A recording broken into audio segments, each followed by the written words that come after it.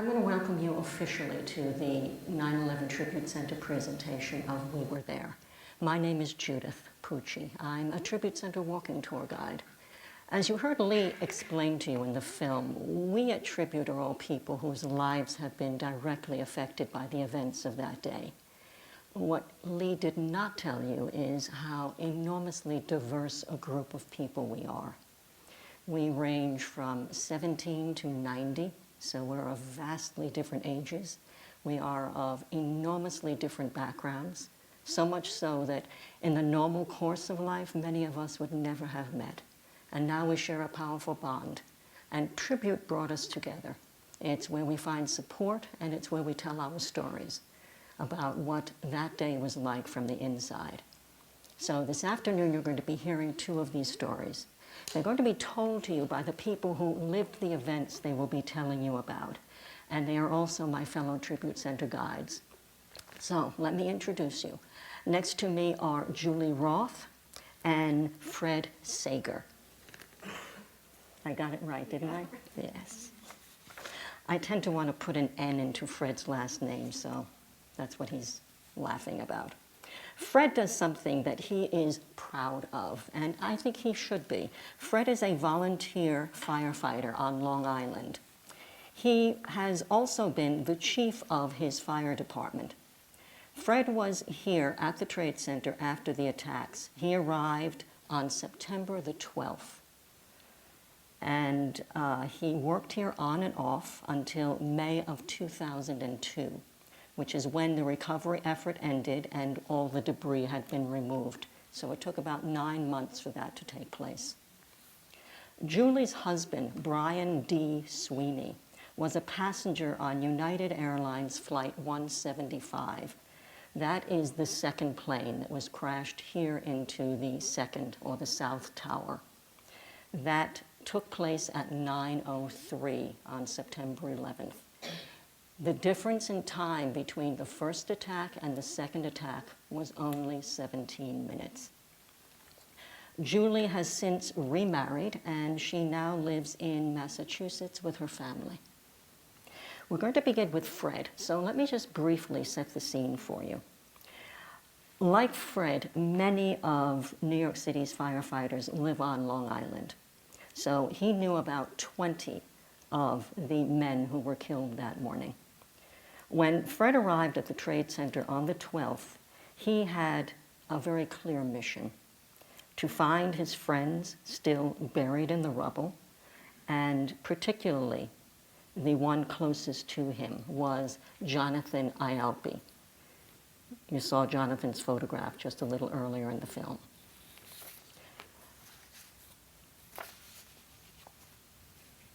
I'm going to let you take it from there, Fred. Yeah, sure. Okay. Hi. Hi. Here's my problem. My problem is I could talk about this for 3 hours and we have about 10 minutes. So it's either talk really, really fast or just pick a couple of things that we could cover. So what drove me to come down here? What drove people like me to come down here? The FDNY covers New York City. That's multinational. Everybody knows that. But the FDNY clearly suffered a devastating loss on September 11th. So that was all kind of supplemented by surrounding fire departments. And once you get out of New York City, you know, we're in Manhattan, we're in New York City. But once you go over across the river to New Jersey or over the Queens border into Nassau County, it's all volunteer fire departments, like most of the United States. The United States is far and above more volunteers than it is paid. It's probably a 4-to-1 or 5-to-1 ratio. Give or take. Only the really large cities have paid departments. So it was a monumental task that had to be done by lots of people, and the FDNY had already suffered a devastating loss. So in we came. And it was like organized chaos. You came in, you knew the job that you had to get done. There was really no clear leadership in place September 12th. You know, generally when you go to a fire scene or a police department scene, you check in a command post, you're given an assignment by an officer, you complete that assignment, you come back and say, okay, I'm done, what's next? There was really none of that. There were command posts set up, but we're talking 23 acres of debris. So it was very easy and almost practical to walk around the command post and just go out and start working, which is what most of us did. So my first impression was, because there's a south walkway and a north walkway, the north walkway had collapsed onto the West Side Highway. So the West Side Highway was now cut off from the northern part of Manhattan. So you couldn't just walk under it like you normally could. You had to go around through the World Financial Center, which is across the street, the other side of West Street.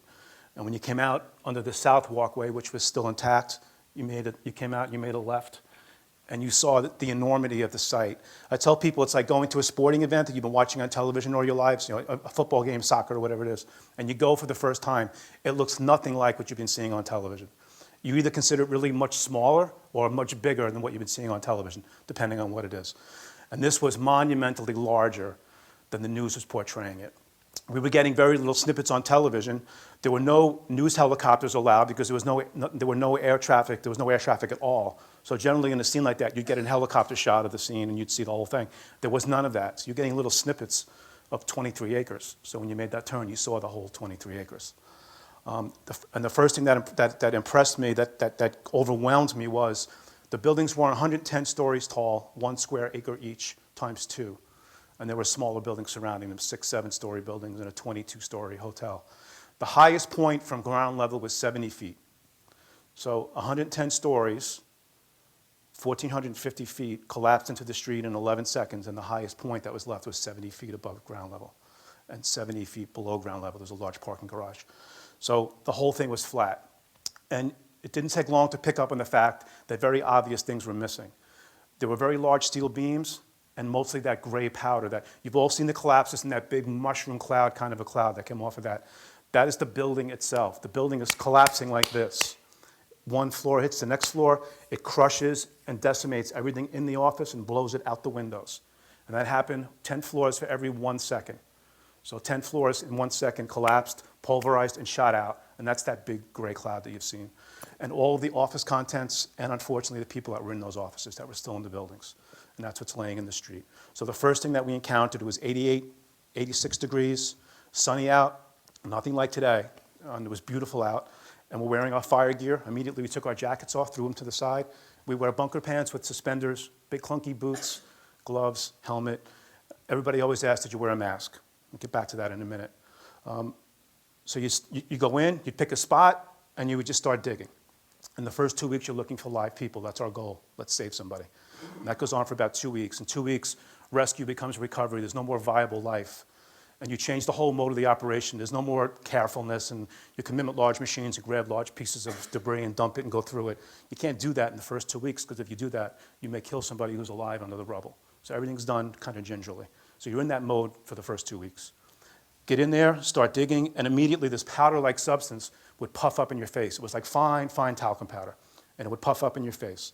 Face now is covered gray. In 20 minutes, your face is gray. And now your eyes start to get, that's caustic, it's got lye and lime in it. Your eyes immediately start to tear, and your eyes are now going to be red for the next 12 hours. And the tears are running down your cheeks, not because you're crying, because you've irritated your eyes. It gets in your ears. Mask. Did you wear a mask? I get that question every time I do a tour. Did you wear a mask? I wore a mask for about 20 minutes. Put the mask on. I'm wearing all that gear. It's hot out. I'm fat. I sweat. So sweat's running down. It's mixing with the dirt. It gets to the edge of the mask. And now you have these clumps of that gray stuff, and it goes bloop, and it rolls inside the mask. And now you're eating it. So mask off to the side, and I wore a mask, and that was it. It's in your ears. It's in your eyes. It's drying out your skin. After a couple of days, everything's cracked. It's in your nose. It attacked every sense that you could imagine. Smell, touch, taste, everything. Every sense was being affected by what you were doing and what you were seeing. So we would dig, dig, dig. You would hit large obstacles, these large beams. What else did I notice not long afterwards? Think of what you have in your office or in your home.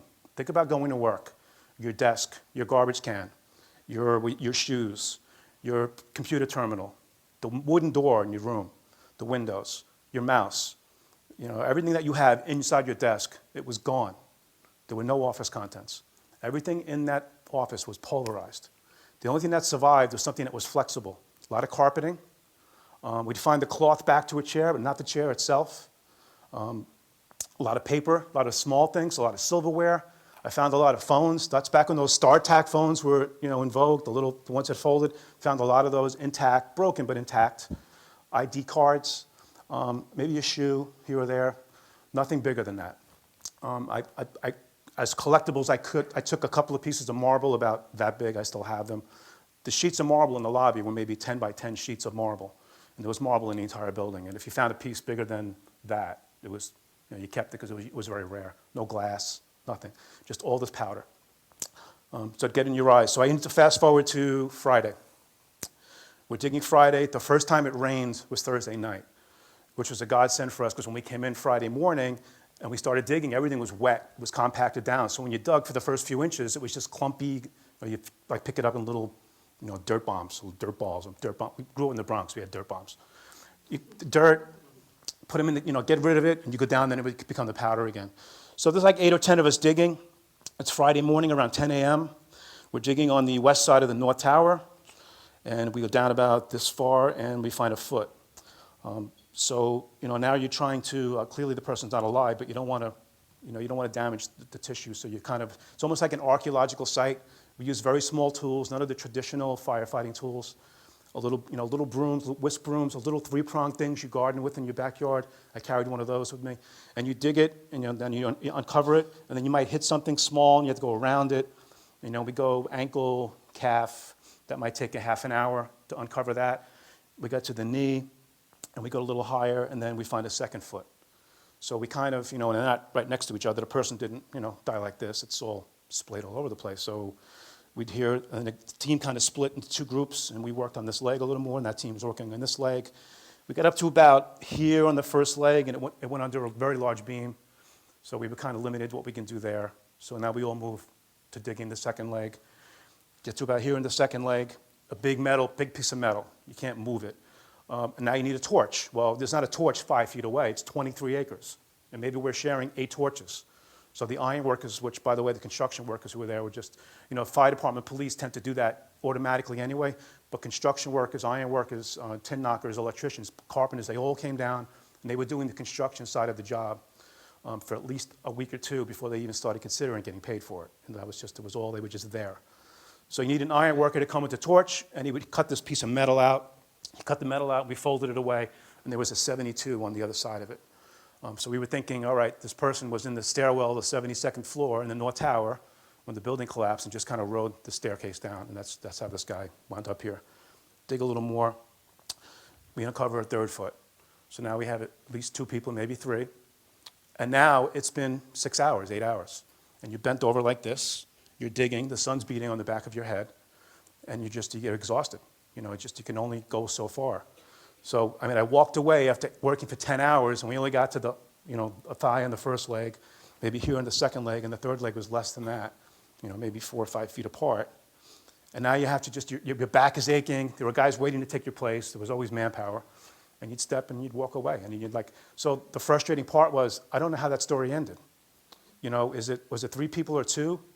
You can't tell if it's a man or a woman. Did they know each other? Was it a civilian? Was it a firefighter, a medic? A police officer, a security guard, trying to maybe evacuate the building.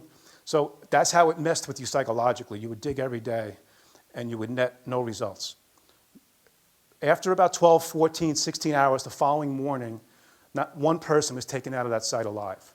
So if you hear somebody telling you their grand story about how they were buried for 2 days and they finally dug themselves out, and they're lying. And the people who say they rescued somebody, they are lying. By September 12th, in the early morning, maybe noonish, anybody who was alive and was going to be found was already accounted for. That was it. And it became a body recovery for the next 8 months. And you'd walk away, and you'd step through a checkpoint that they had a fence. You step through a checkpoint onto the West Side Highway, and there were folks from all over the United States standing there waiting for you. Flags, they had water. They give you sandwiches, they pat you on the back, take your picture. All they wanted to do was interact with you. And 20 feet away was a graveyard. And now you're standing on the West Side Highway, and they're treating you like you're the New York Yankees. I would use the Jets, but we know they're not going anywhere. The New York Yankees, you'd won the World Series. Julie's a Jet fan.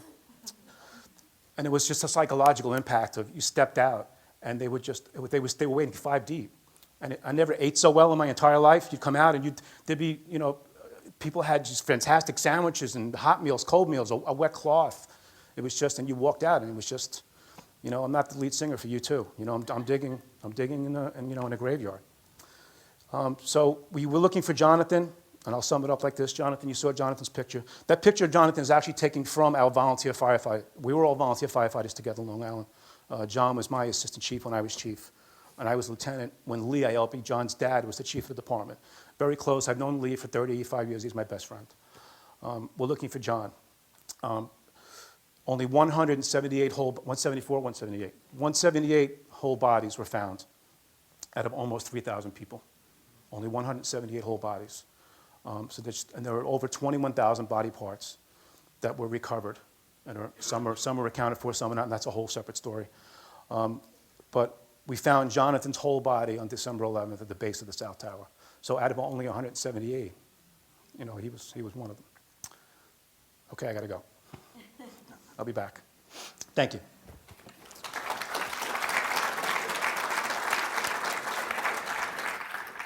Volunteer firefighters played really an important role after September 11th.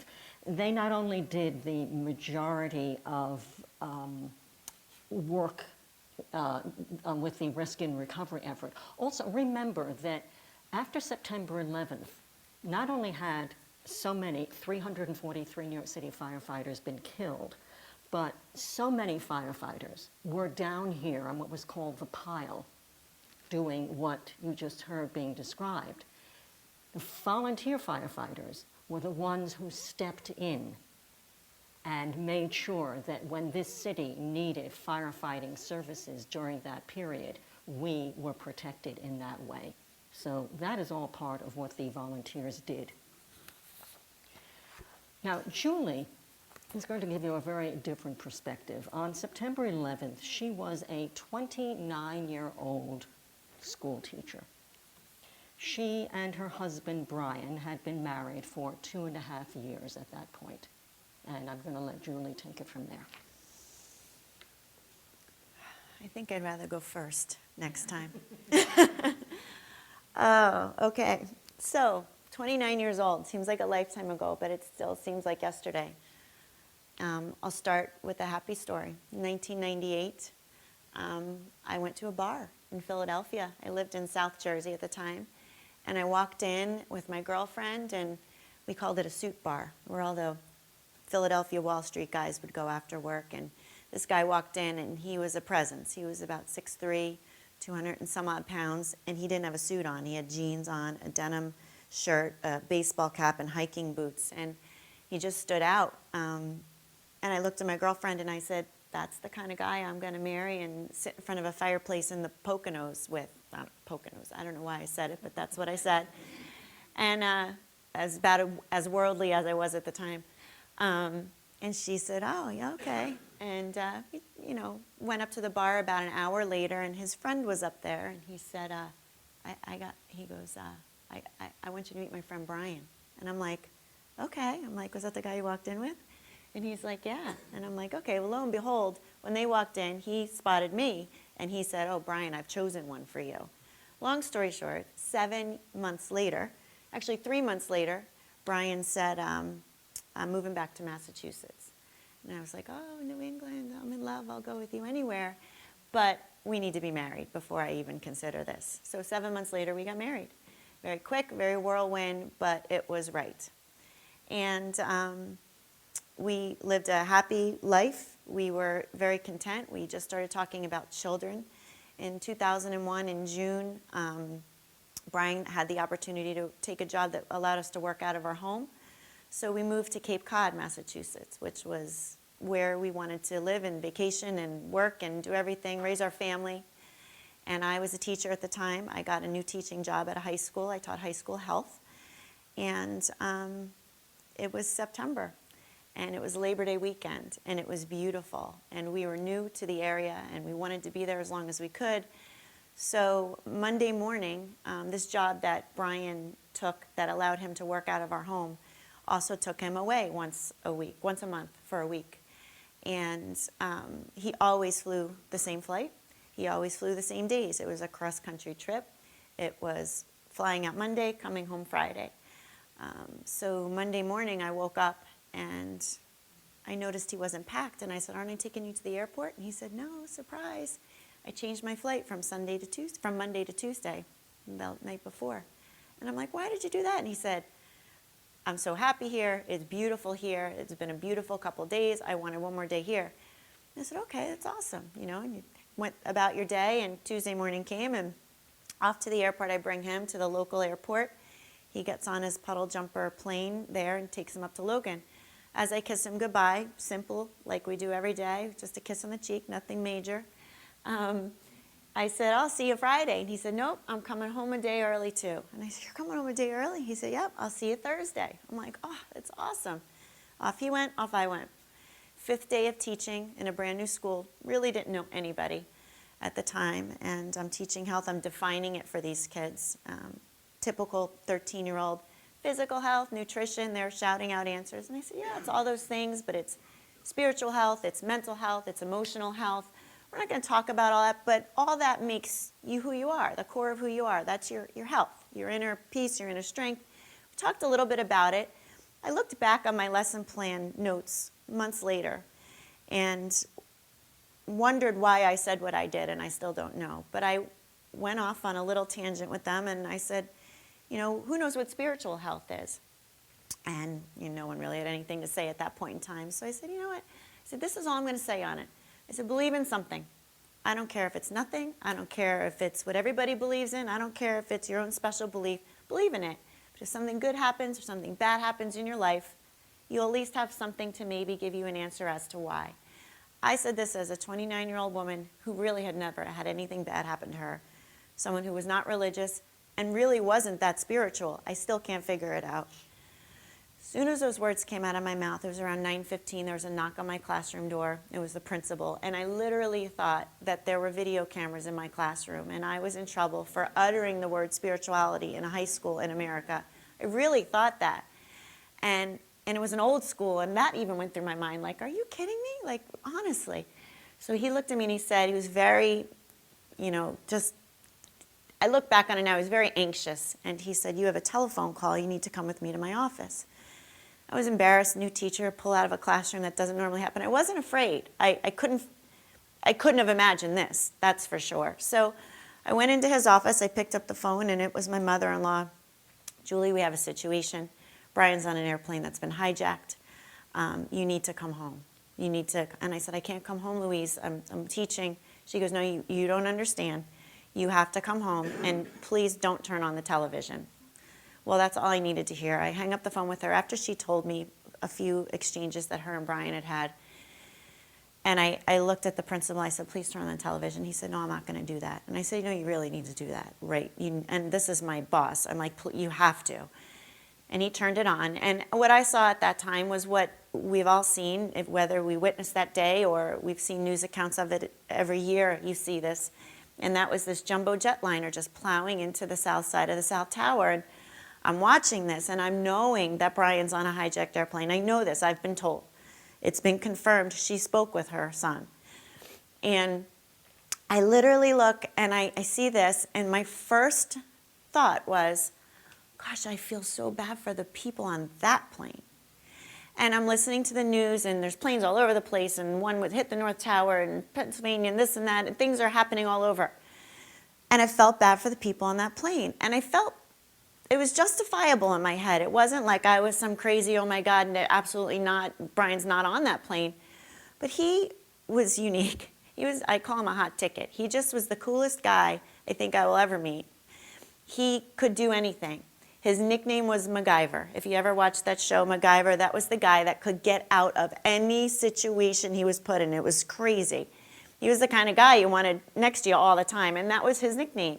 He built our home, he built our cars, he just could do anything. With that being said, he wasn't the pilot, but he was a pilot. He was a fighter, a Navy weapons fighter pilot in the Gulf War. He taught at Top Gun in Miramar, California. He was an instructor of the elite Navy weapons fighter school out there. He flew F-14s. He literally could have flown the plane. So I felt bad for those people. And I went home thinking, hearing the news and listening to it as things are unraveling, and I know that he's called me. And his mom told me that he left me a message, and I wasn't sure. I didn't know what to expect. So I walk into my house. after I got talked into leaving work, and I walk into my house and I notice very odd things sitting around that would have normally made me angry. And I had a little more patience with Brian at this point in time. So far, I didn't know what his fate was at the time, but I walk in and I see his dirty coffee cup from the morning and his shoes by the back door. And I remember vividly noticing these things that had a very different effect on me than they normally would have. And I beelined right over to my answering machine, and it was the old-fashioned kind that blinked, red lights, and there was a 1 blinking on it. And I didn't hesitate, and I walked over and I pressed play. And the first thing I hear is the little operator lady. She says 8:58 a.m. So that's when it was time-stamped, 8:58.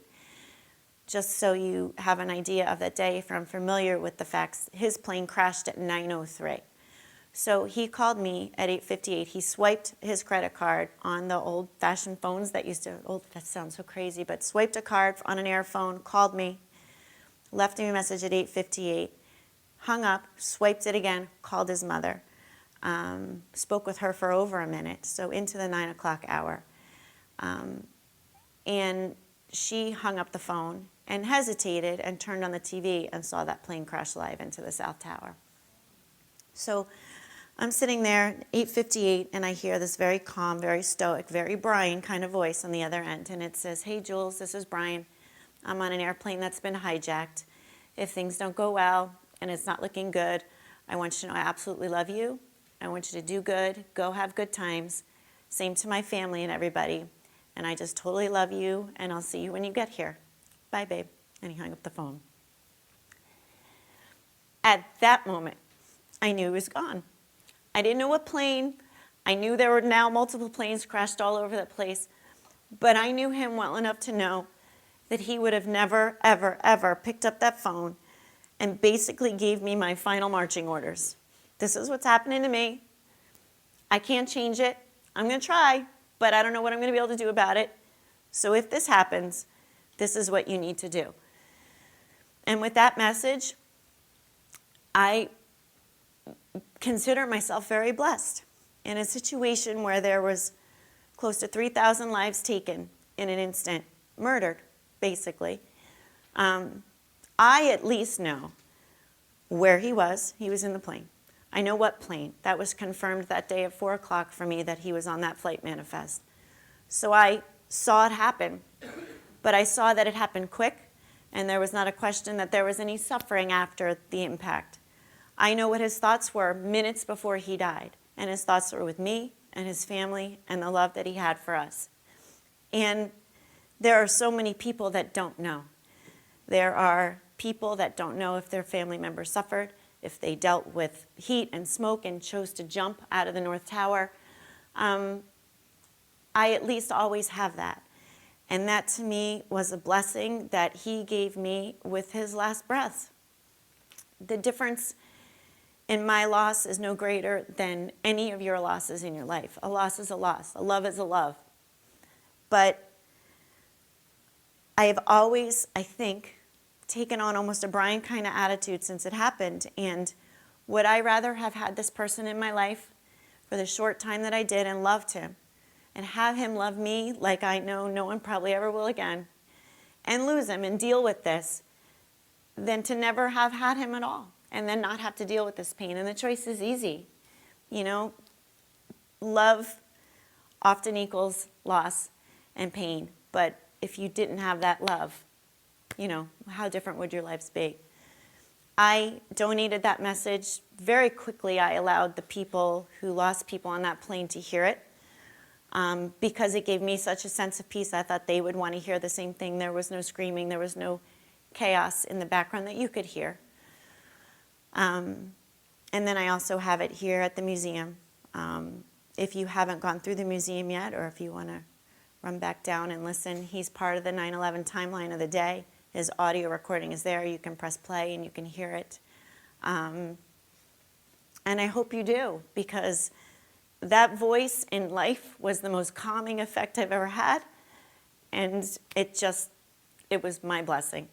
And to know him and to love him and to be able to move forward and be happy and know and believe that I'm going to see him again. I all of a sudden became very spiritual, by the way, after all of this. I thought, oh my gosh, this is insane. But I'm married. I have two small children now, 7 and 9. My youngest, my 7-year-old Landon, his middle name is Spencer, and that was Brian's hometown. And I do what I can with our tours and with coming down here twice a month from Massachusetts still, trying to move back. I am a Jet fan. They might not be worth the move back, but there are many other things that are worth it. So I thank you. Yeah, I can't have everything. I thank you for listening. And again, if you are ever back here or if you ever go to Tribute and there's 2 different guides, they're all very different stories. And you will certainly benefit from any one of them. So thank you.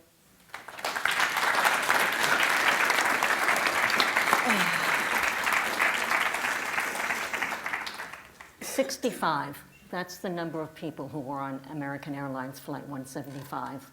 Brian was one of them. So the 65 people were made up of 56 passengers, 2 pilots, and 7 flight attendants. Just so you know, whenever you hear about the number of people who were on a flight, that number does not ever include the hijackers. Also with Brian on that flight, and I know Julie knows this very well, was Christine Lee Hanson. Christine has the grotesque distinction of being the youngest person to have died on September 11th. She was 2 years old, so, with her parents. I like to think that maybe she and Brian had some interaction. We are running short on time, but I want to let you ask one question if anyone is just dying to ask something. If not, then what we will do is, after the program, we'll be happy to continue this, so if any of you do have questions, we'll be right outside the exit.